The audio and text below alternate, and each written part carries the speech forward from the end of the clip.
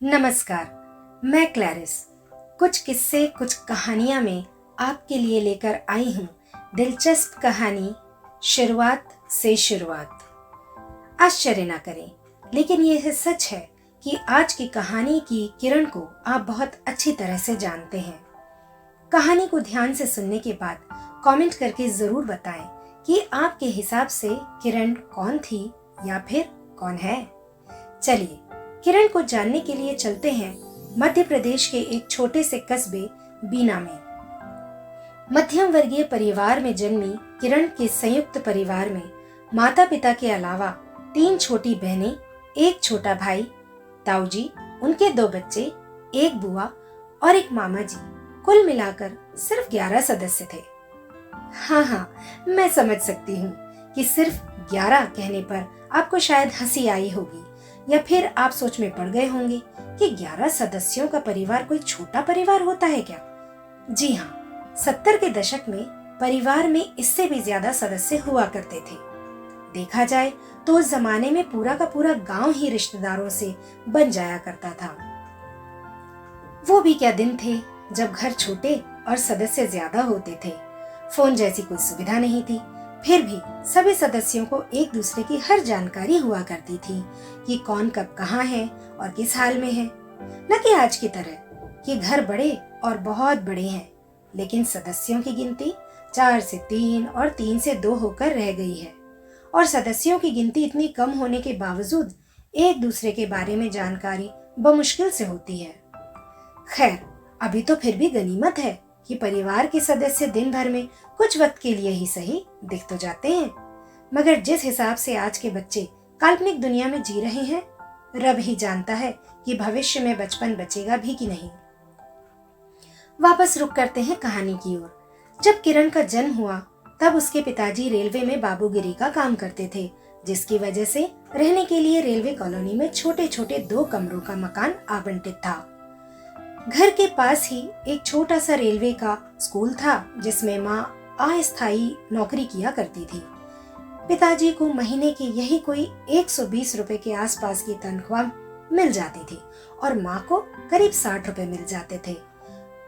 क्योंकि किरण 5 भाई बहनों में सबसे बड़ी थी, इसलिए उसकी पैदाइश के वक्त घर में कुल 8 सदस्य थे। बड़ी कठिनाइयों से घर का खर्चा चलता था, क्योंकि कमाने वाले सिर्फ माँ और पिताजी ही थे। सभी माता पिता की तरह किरण के माता पिता ने भी उसके 3 साल के हो जाने पर एक अच्छे से स्कूल में उसका दाखिला करवाने का विचार किया। पूरे कस्बे में सिर्फ एक ही अंग्रेजी माध्यम का स्कूल था जिसमें किरण का दाखिला करवा दिया गया। कक्षा 1 तक उस स्कूल में पढ़ाई करवाते हुए माँ पिताजी ने सोचा कि बेहतर शिक्षा के लिए किरण को बोर्डिंग स्कूल में डाला जाए। तो तय हुआ कि कक्षा 2 से किरण को बोर्डिंग स्कूल भेजा जाएगा।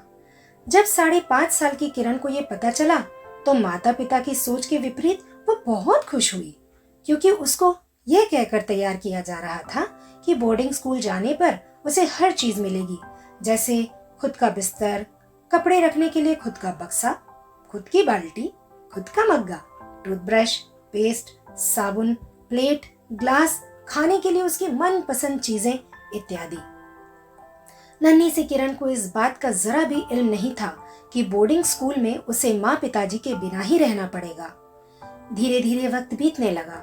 जब बोर्डिंग स्कूल जाने के लिए सिर्फ 15 दिन बचे थे, तब माँ का दिल यह सोचकर बड़ा ही बेचैन हो चला कि उनकी 6 साल की लाडली अपने आप को कैसे संभालेगी। लेकिन क्योंकि उन्हें भी बचपन में बोर्डिंग स्कूल भेजा गया था, सो वो अपने फैसले पर अडिग रही।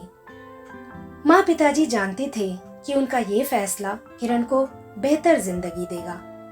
आखिर वो दिन आ ही गया जब किरण को बोर्डिंग स्कूल ले जाया गया। जुलाई का महीना था और साल था 1985।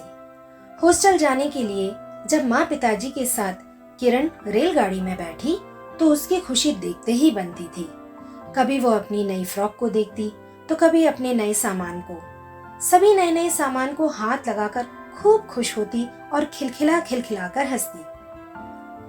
माँ पिताजी का गला बार बार भराता क्यों ना हो, आखिर वो अपने जिगर के टुकड़े को घर से दूर छोड़ने जो जा रहे थे। लेकिन वो जानते थे कि उसका भविष्य बनाने के लिए ये एक जरूरी कदम था। माँ पिताजी के लिए वो 2 घंटे का सफर मानो 200 साल के बराबर था। वहीं किरण चहकते चहकते थक न रही थी। बोर्डिंग स्कूल शहर में था। रेलगाड़ी रुकी। सभी यात्री जल्द से जल्द स्टेशन पर चढ़ने उतरने की जद्दोजहद में जुट गए। किरण भी अपने माता पिता के साथ स्टेशन पर उतरी। 7 सीटर में बैठने का आनंद उठाते हुए वो अपने माँ पिताजी के साथ बोर्डिंग स्कूल पहुंची।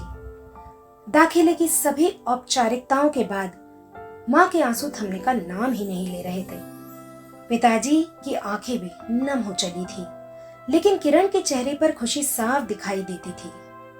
माँ ने किरण के गालों को चूमते हुए पूछा, अब हम जाएं? उसने तुरंत जवाब दिया, हाँ आप जाइए। माँ ने बोला, रोना नहीं?